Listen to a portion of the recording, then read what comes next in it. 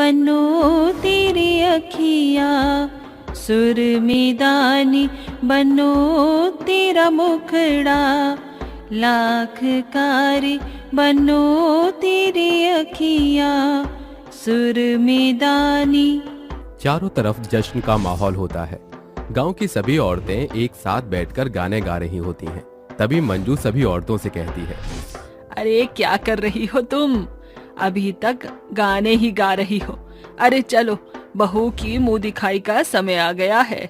सभी औरतें मंजू की बहू की मुंह दिखाई के लिए पहुंच जाती हैं, जिसके बाद सभी मंजू की बहू सोनम को देखकर बहुत खुश होती हैं और उसे ढेर सारे पैसे और गिफ्ट देकर चली जाती हैं। सोनम की शादी अभी अभी हुई थी। वो शहर की पढ़ी लिखी लड़की थी, लेकिन उसके अंदर बहुत अच्छे अच्छे संस्कार थे। शादी के बाद वो अपनी सभी जिम्मेदारियों को अच्छे से संभाल लेती है, जिसके बाद वो अपने पति अर्जुन और अपनी सास मंजू के साथ खुशी खुशी रहने लगती है। कुछ समय बीतने के बाद उस गांव में धीरे धीरे सूखा पड़ने लगता है, जिसकी वजह से अर्जुन अपनी मां मंजू के साथ सही से खेती नहीं कर पाता।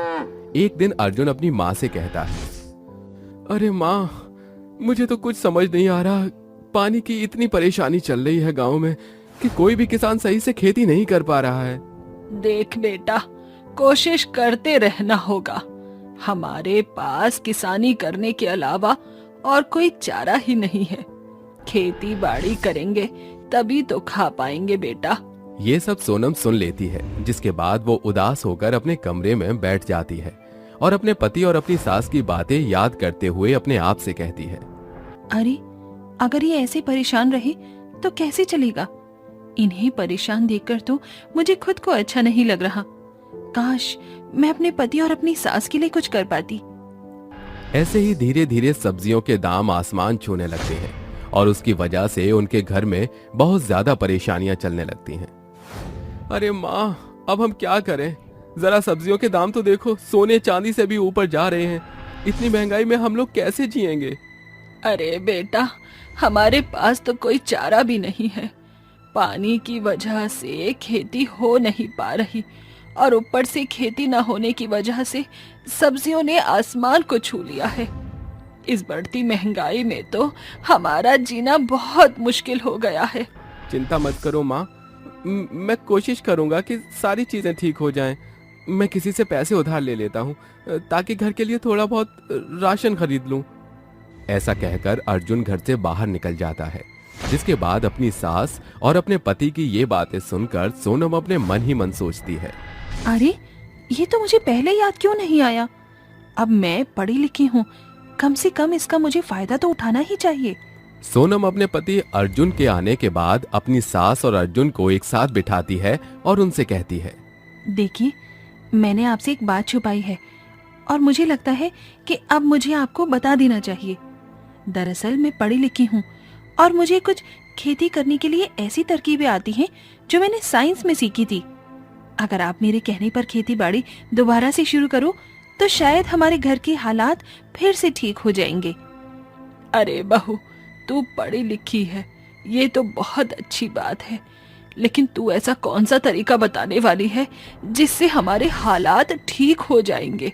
सोनम अपने पति और अपनी सास को कम पानी और खाद्य में फसल कैसे उगाते हैं ये सब सिखाती है, जिसके बाद उसके पति और उसकी सास को उसकी ये तरकीब बहुत पसंद आती है।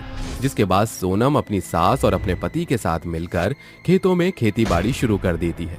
देखते ही देखते कुछ दिन बीतने लगते हैं और वो अपने खेतों में भिंडी की खेती करना शुरू करते हैं। देखते ही देखते भिंडी की खेती बहुत अच्छे से होनी शुरू हो जाती है।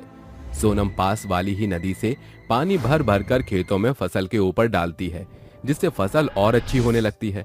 कुछ ही समय बाद भिंडी की खेती इतनी अच्छी होती है कि चारों तरफ खेत में भिंडी के गुच्छे बने हुए दिखाई देते हैं। ये सब देखकर अर्जुन और मंजू बहुत खुश होते हैं और अपनी बहू को शाबाशी देते हुए मंजू कहती है, अरे बहू, तूने तो वो कर दिखाया जो हमने कभी सपने में भी नहीं सोचा था। अरे तेरी पढ़ाई लिखाई आज हमारे बहुत काम आई। अब हम लोग अपने घर के हालातों को सुधार सकते हैं। सोनम की ये खेती गांव के कई लोगों को बहुत पसंद आती है। वो गांव के सभी लोगों को इकट्ठा करती है और उन्हें कम पानी और कम खाद में अच्छी खेती करना सिखाती है, देखते ही देखते गांव के सभी लोग सोनम के बताए हुए तरीके से खेती बाड़ी करना शुरू कर देते हैं और उनके गांव में बहुत अच्छी फसल उगनी शुरू हो जाती है। चारों तरफ लोग भिंडी की खेती करते हैं और भिंडी को अच्छे दामों पर बेचते हैं, जिससे गांव के कई लोगों की परेशानियां दूर हो जाती हैं। लेकिन गांव के मुखिया को ये सब रास नहीं आता और वो अपने आप से कहता है, अरे ये मंजू की बहू तो पूरे गांव की चौधराइन बनकर घूम रही है। अरे इसकी वजह से गांव वालों ने मुझसे कर्जा लेना बंद कर दिया है। अगर ऐसा ही चलता रहा तो मुझे इन गांव वालों से मुनाफा कैसे होगा? मुझे इनकी खेती बर्बाद करनी होगी। मुखिया एक रात अपने गुंडों को भेजकर गांव के सभी खेतों में कीटनाशक के कीड़े छुड़वा देता है, जिससे गांव के लोगों की फसल में कीड़े और फसल खराब होने लगती है। ये सब देखकर गांव के सभी लोग बहुत परेशान होते हैं और सोनम के पास आकर उससे कहते हैं, अरे सोनम, ये तुमने क्या किया? तुम्हारे बताए हुए तरीके से हमने फसल उगाने की कोशिश की, लेकिन देखो हमारी पूरी फसल खराब हो गई है। अरे हमारे गांव में सिर्फ हम लोगों की ही फसल खराब हुई है। इन लोगों की फसल तो वैसी की वैसी है। जरूर इन्होंने हमें गलत तरीका बताया होगा। आप लोग मुझे गलत समझ रहे हो। मैंने जो तरीका आजमाया है वही आपको बताया है। भला मैं आपके साथ ऐसा क्यों करूंगी? देखो, हमारा बहुत नुकसान हुआ है। अब इस नुकसान की भरपाई तो तुम ही करोगी, और अगर तुमने भरपाई नहीं की तो हम तुम्हें इस गांव से हमेशा के लिए निकाल देंगे। ये सुनकर सोनम, अर्जुन और मंजू बहुत ज्यादा परेशान हो जाते हैं। उन्हें कुछ समझ नहीं आता। तभी सोनम के दिमाग में ख्याल आता है, माँ जी, ये काम करते हैं। हमने जो भिंडी की खेती की है वो तो सही सलामत है। हम उसे गांव वालों में बांट देते हैं। सोनम की बात पर मंजू और अर्जुन दोनों सहमत होते हैं, जिसके बाद वो अपने खेतों में पहुंच जाते हैं और तीनों भिंडी की खेती से भिंडियां इकट्ठा करना शुरू करते हैं। लेकिन जैसे जैसे वो भिंडियां खेत से निकालते, भिंडियां अपने आप खेत में उगने लगती। अरे ये क्या? ये तो जादुई खेत है। इसमें से तो भिंडियां अपने आप उगकर निकल रही हैं।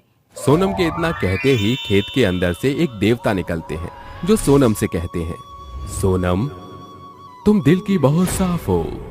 तुमने बहुत मेहनत करके इस खेत के ऊपर फसल उगाई है।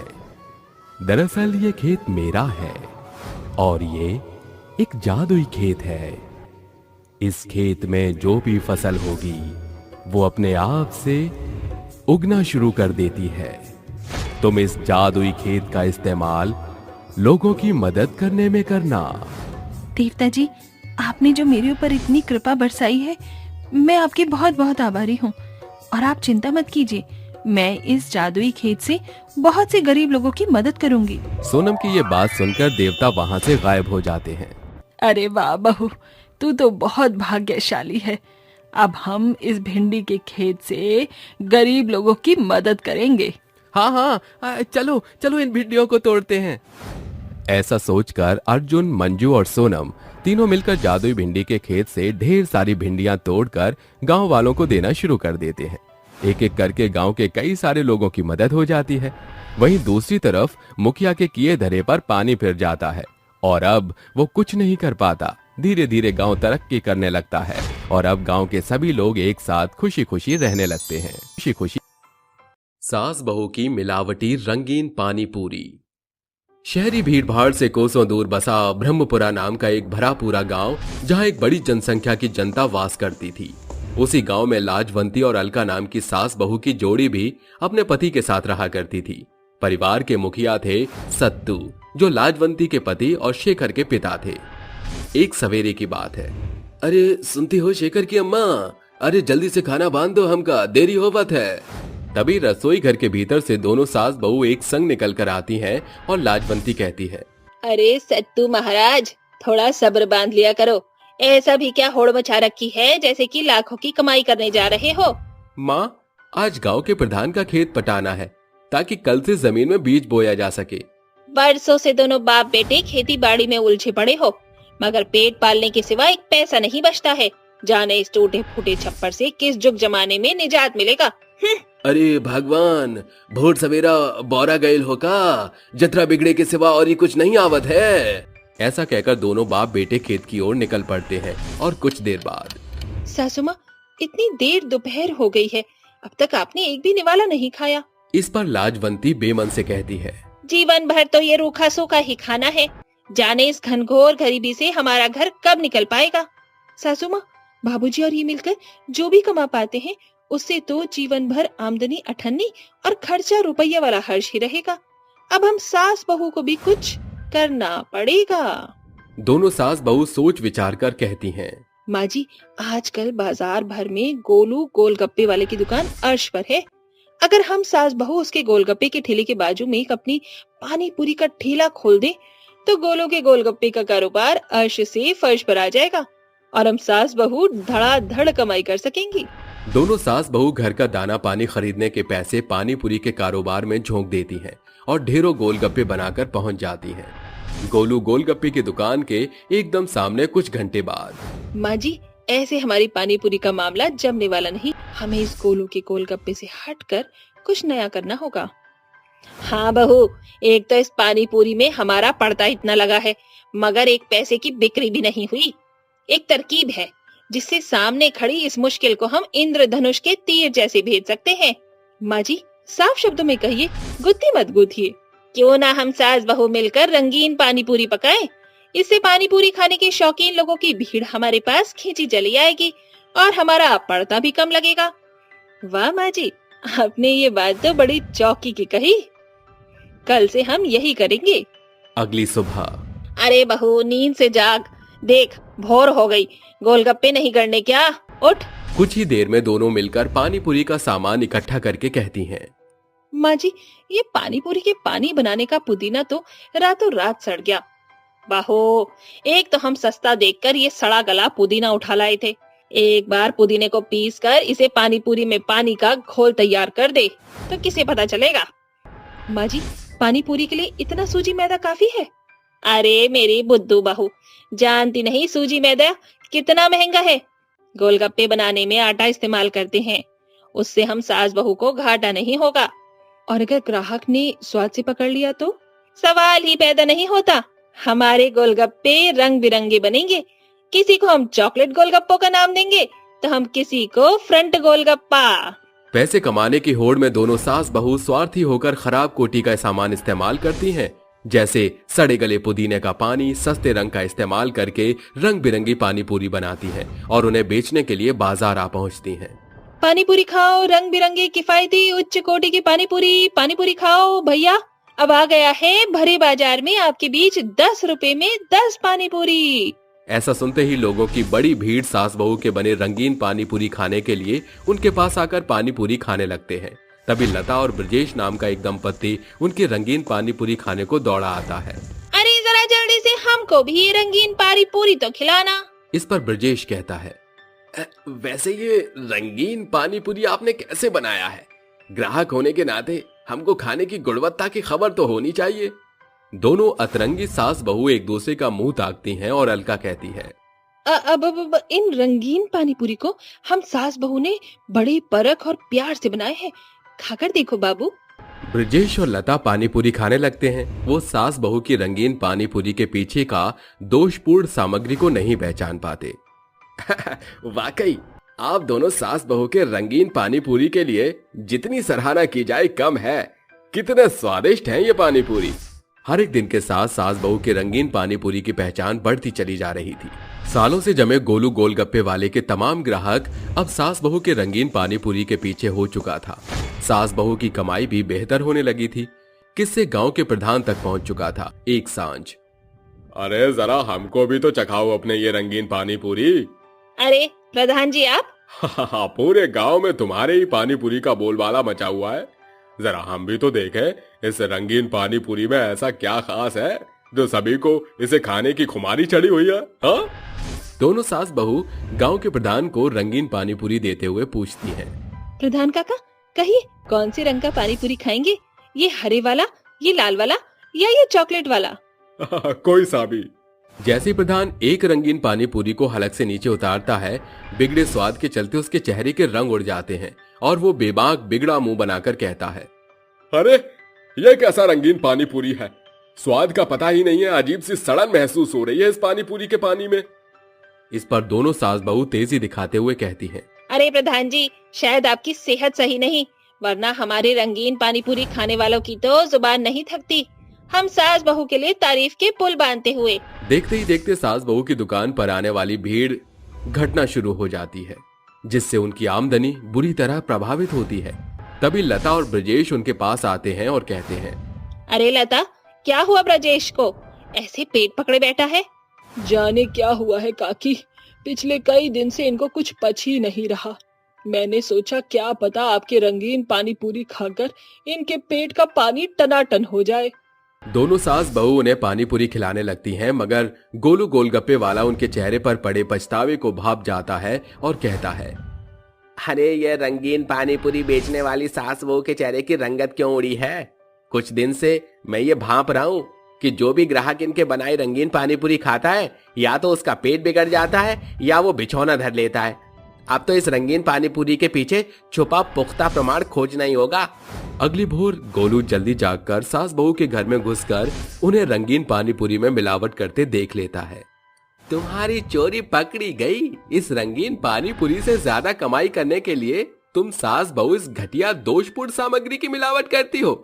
अरे इससे कितनी जिंदगी बीमारी के चपेट में आ रही है, इसकी जरा भी जानकारी है तुम सास बहू को? गोलू की बोली मक्खर सास बहू को बड़ी सबक दे जाती है, जिसके बाद अलका कहती है, हमको माफ कर दो गोलू, पैसे कमाने की होड़ में हमको और कुछ सोचा ही नहीं। पहले दिन पानी पूरी की बिक्री नहीं हुई, हमारा पर्दा न दिखने पर हम रंगीन पानी पूरी बनाकर बेचने लगी। हमें हमारे घटिया किस्म के रंगीन पानी पूरी बेचने का पछतावा है। आज से हम ये धंधा छोड़ देंगी। सास बहू की आंखों से बह रहे आंसू के पीछे के पछतावे को देखकर गोलू बात को वहीं दबा देता है। अगले दिन से सास बहू नए सिरे से साधारण तौर से गांव में घूम घूम कर गोलगप्पे बेचने लगती हैं, जिसके बाद वो दोनों क्रमशः कम कमाई में भी बेहद खुश थीं, जो उनके बड़े बदलाव को दर्शा रहा था। लंबे कान वाली बहू। अरे बबलुआ देख, सारा गांव गहरी नींद के आगोश में है। जल्दी से दोनों दोस्त हाथ साफ कर लेते हैं। अरे तनिक ठहर जा सुस्ता ले। ससुरा कौन है कि अभी खबर नहीं हुई कि हम दोनों दोस्त चोरी के इरादे से बलिहार गांव में आयल हैं। दोनों चोरों को इस बात की दूर तक खबर नहीं थी कि उनकी ये साजिश दूर खिड़की पर खड़ी श्रव्या सुन रही है। साथियों, अब आप भी सोच में पड़ गए ना कि भला कोई कोसों दूरी की बातें कैसे सुन सकता है। दरअसल श्रव्या के लंबे कान उसके नाम की ही भांति तेज तर्रार थे। मुझे फौरन ही सबको खबर करनी होगी कि गांव में चोरी होने वाली है। श्रव्या अपनी सास को जगाते हुए कहती है, सासू माँ उठिए, सनसनीखेज खबर है, आज रात गांव में चोरी होने वाली है। ये समाचार सुनकर तेजस्विनी नींद से जागकर कहती है, अरे बहू, किसकी मजाल हमारे बलिहार गांव में चोरी करने की। माँ जी, चोरों के नाम कलुआ और बबलू हैं। अपने तेज तर्रार बड़े कानों की बदौलत मैंने उनकी सारी साजिश सुन ली है। बहू, हमें ये खबर अभी गांव के प्रधान तक पहुंचानी होगी। दोनों सास बहू आधी रात दबे पांव प्रधान के पास आकर उन्हें सारा कच्चा चिट्ठा कहकर सुनाती हैं, जिसके बाद सभी जन मिलकर चोर को पकड़ते हैं और प्रधान कहता है, नमक हराम नामुरादो, बलिहार गांव में घुसने की जुर्रत कैसे हुई तुम्हारी? अरे कलुआ। बोल बबलुआ। अरे हम दोनों तो सब कुछ प्लान के मुताबिक करत रहे, फिर इन ससुरन को हमारी साजिश की खबर किस मुखबरे ने दी? शायद तुम दोनों को पता नहीं कि ये बड़े कानों वाली बहू हमारे गांव में जीता जागता कैमरा है।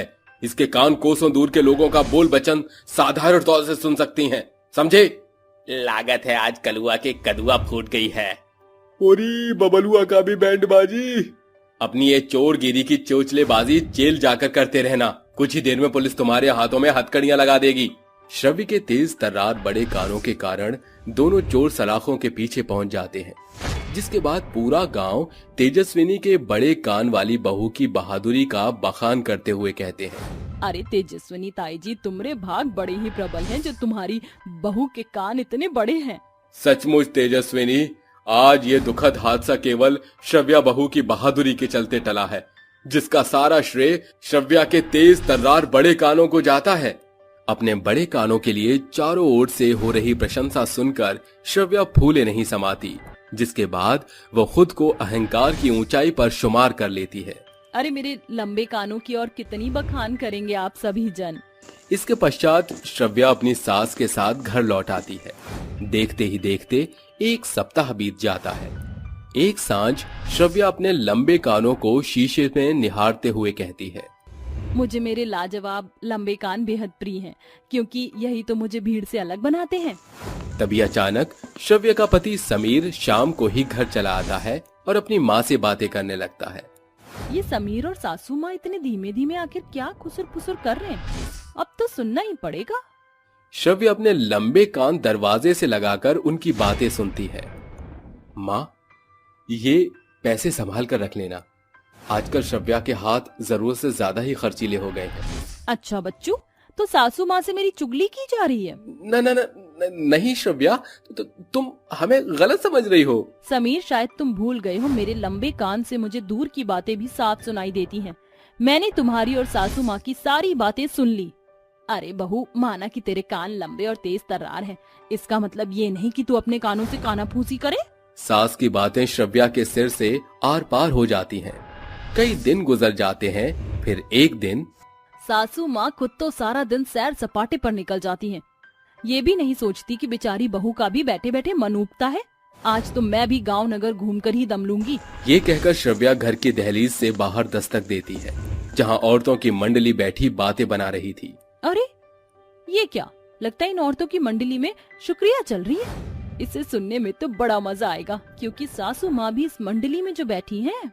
अरे जानती हो तेजस्विनी बहन, वो है ना अपनी झुमरी, सारा दिन जानबूझकर मर्दों के बीच गांव में झूमती रहती है। भगवान झूठ ना बुलाए, बताओ जरा, ऐसे लक्षण बहू में शोभा देते हैं क्या?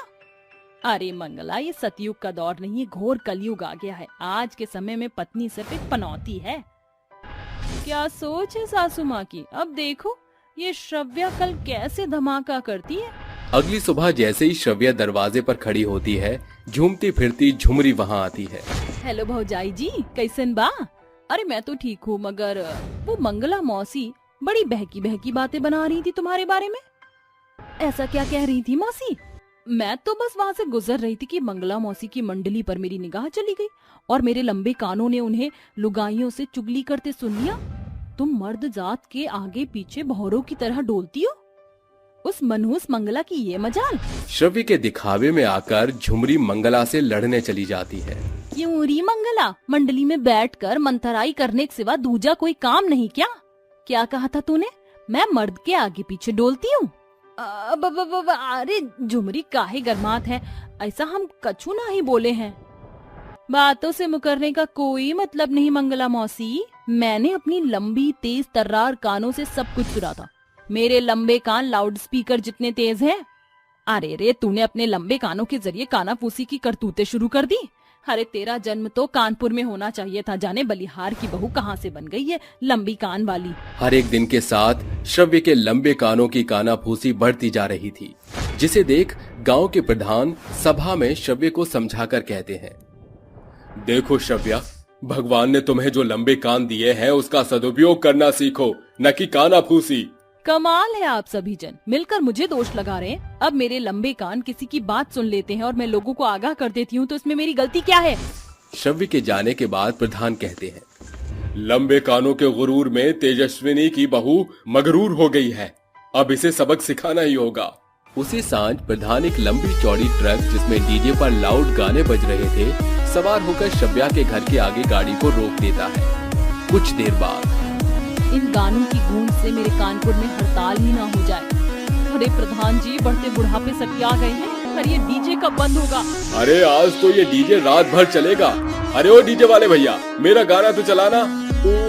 बेबी को बेस पसंद है। ढिंका चिका ढिंका चिका ढिंका चिका।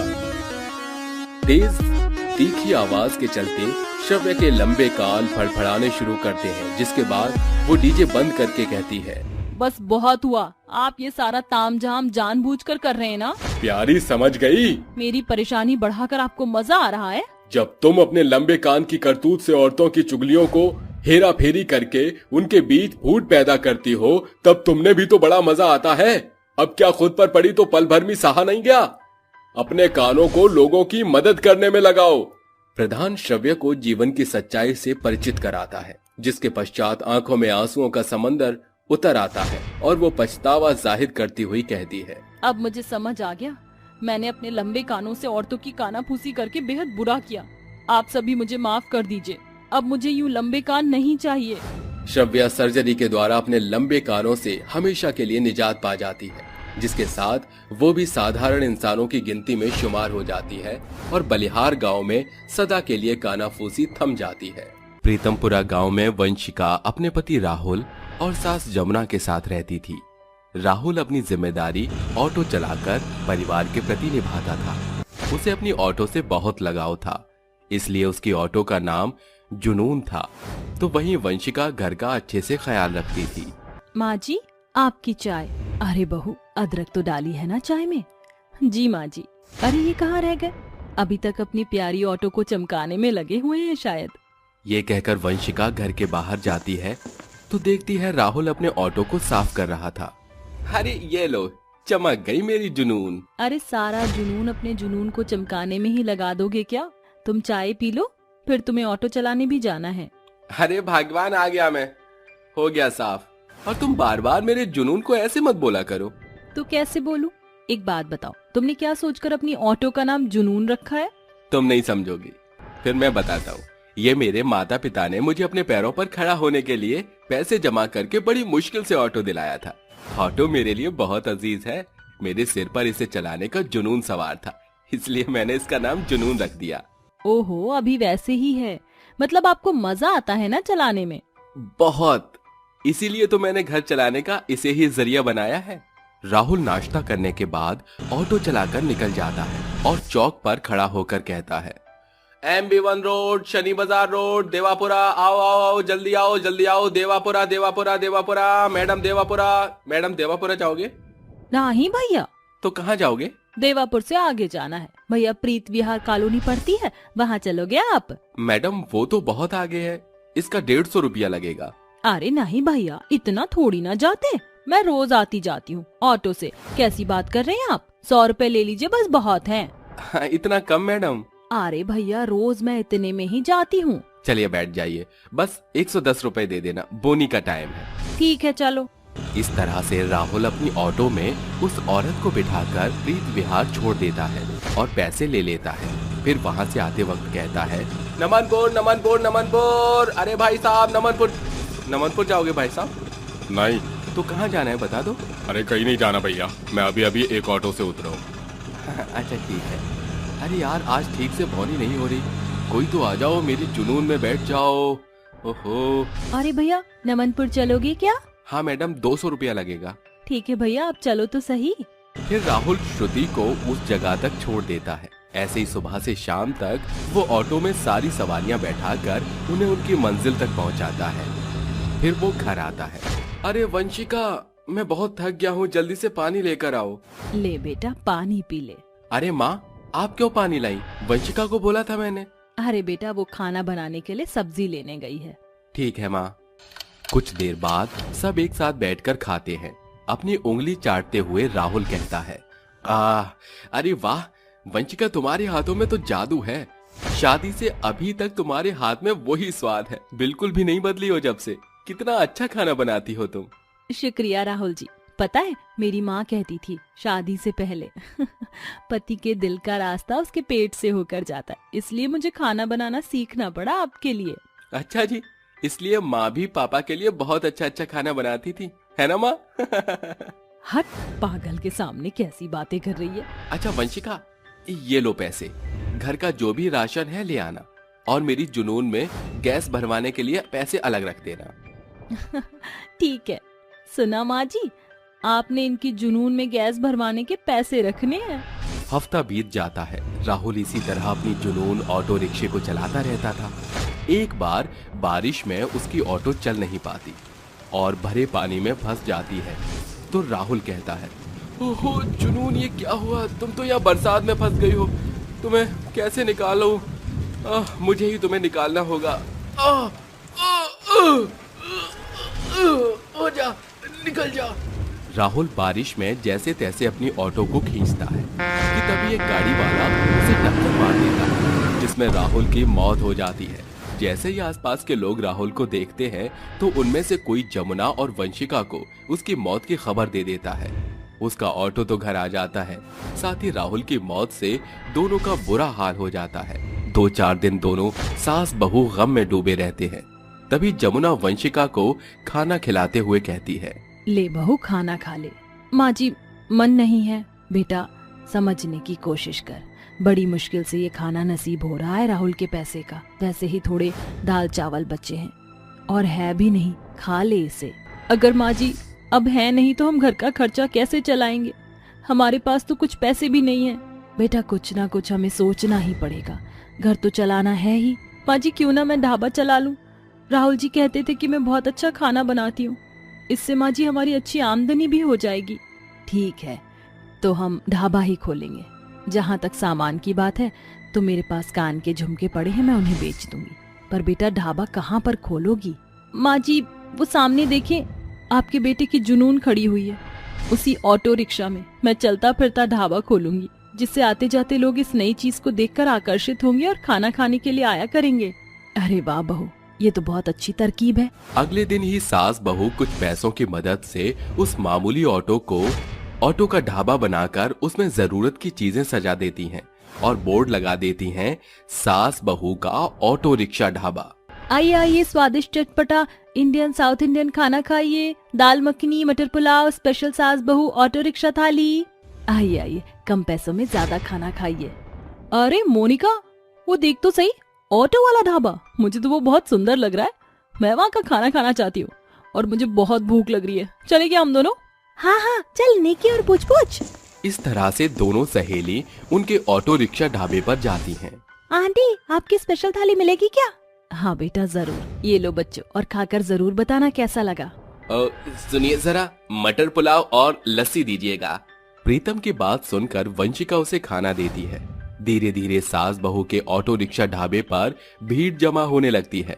भीड़ को देखकर दोनों सास बहू फटाफट खाना देने लगती हैं और लोग खाकर कहते हैं, अरे वाह डिलीशियस, आपका ढाबे का खाना तो बहुत ही अच्छा है, इससे पहले मैंने कभी नहीं खाया। और मैंने तो होटल में इतना अच्छा खाना नहीं खाया। ओ वाह, आपकी लस्सी तो बहुत ही टेस्टी है और इतना सस्ते बजट में आपने इतना अच्छा खाना बनाया।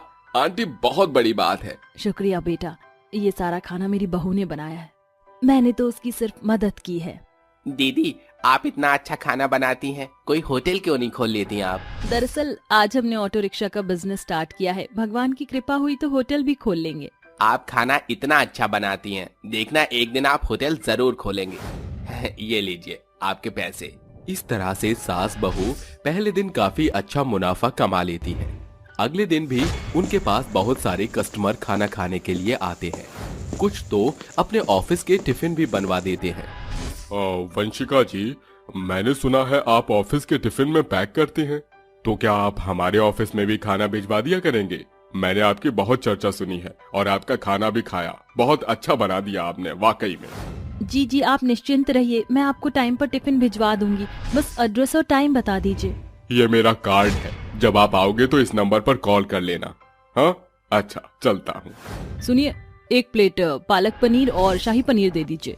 जी अभी देती हूँ। माँ जी आप इन लोगों का खाना पैक कर दीजिए, मैं जब तक देती हूँ। हाँ बेटा। बहू मुझे तो यकीन ही नहीं हो रहा है, तेरा ऑटो रिक्शा का ढाबा काम कर गया और हमारी कमाई भी काफी अच्छी हो रही है। ये तो है माँ जी। दोनों लोगों को खाना खिलाती हैं। देखते ही देखते सास बहू का ऑटो रिक्शा ढाबा तेजी से चलने लगता है। हर जगह वो अपने ऑटो के ढाबे से मशहूर थीं। साथ ही उन्हें ऑर्डर मिलने लगे। 1 साल बाद उन्होंने इतनी तरक्की की कि उन पैसों से एक होटल खड़ा किया, जिसका नाम सास बहू का ऑटो रिक्शा होटल था। गरीब की जादुई सोने की पतंग की खेती। 15 वर्षीय पिंटू अपनी बीमार मां सोनल के संग रतनपुर गांव में रहा करता था। वो बेहद छोटा था जब उसके पिता का साया उसके सिर से उठ गया था, जिसके चलते बतौर बचपन में ही उसके नन्हे कंधों पर घर बार की जिम्मेदारी पड़ गई। बचपन से ही उसका पतंग के प्रति पक्का रुझान था। उसने पतंग को अपना व्यापार बना लिया।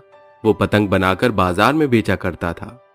माँ, मैं पतंग बेचने जा रहा हूँ, पिंटू के पीछे बिछौने पर पड़ी उसकी बीमार माँ रोते हुए कहती है। देख रहे हो ना, तुम्हारी गैर हाजिरी में हमारा बेटा यतीम का जीवन काट रहा है। पढ़ने लिखने की उम्र में पतंग बेचकर दाना पानी चला रहा है। पिंटू के पिता अपने पीछे कुछ जमीन छोड़ गए थे जो एकदम बंजर और बेजान पड़ी हुई थी। पतंग ले लो, नीली हरी पतंग, पीली पतंग ले लो। सुबह से दोपहर हो गई थी मगर आज पिंटू की एक भी पतंग नहीं बिकी, जिसे देख वो निराश मन से कहता है, जाने आज किसका मुंह देखकर चला था कि एक भी पतंग की बोनी नहीं हुई। अगर सांझ तक पतंग नहीं बिकी तो आज का दाना पानी चलना दूभर हो जाएगा। मुझे दूसरे गांव को प्रस्थान करना पड़ेगा, शायद वहां मेरी पतंग बिक जाए। पिंटू अपनी पतंग के संग दूसरे गांव का रुख करता है कि एकाएक आसमान में घनघोर बादल घिर जाते हैं। लगता है भारी बरसात पड़ने वाली है। मुझे कोई ओट खोजना होगा जहां मेरी पतंग भीगने से बच सके। पिंटू पतंग बचाने के ताक में एक शहर पनाह की खोज करता है। तभी उसकी निगाह एक बुढ़िया पर जाती है जो बेहद घायल अवस्था में सड़क पर मदद की गुहार लगा रही होती है। मदद करो, अरे कोई मदद करो। पिंटू अपनी पतंग को छोड़कर बुढ़िया की जान बचाता है। तभी मूसलाधार बरसात के कारण पिंटू की सारी पतंग पानी में भीगकर फट जाती हैं। बेटा, मुझे बचाने के चलते तुम्हारी पतंग पानी में सराबोर हो गई। कोई बात नहीं, वो पतंग आपकी जान से बढ़कर नहीं थी। आप इतनी चोटिल कैसे हुई? दरअसल मैं एक जादूगरनी हूँ, इसके चलते लोगों ने मुझ पे पथराव किया। ये तुम अपने पास रखो। ये क्या है? ये एक भभूति है, इसे ले जाकर तुम अपने पुश्तैनी बंजर जमीन पर उड़ेल देना। एक दिन के पश्चात वहाँ सोने की सैकड़ों पतंग की खेती उगाएगी। मगर ध्यान रहे, इस भभूति का इस्तेमाल अत्यधिक मात्रा में न करना, वरना उस वर्ष तुम्हारी पतंग की खेती सूनी पड़ जाएगी। पिंटू भभूत लेकर सीधे अपने बंजर खेत पर जाता है और उस जादूगरनी के कहे अनुसार भभूत मिट्टी के चारों ओर उड़ल कर घर लौट कर आता है।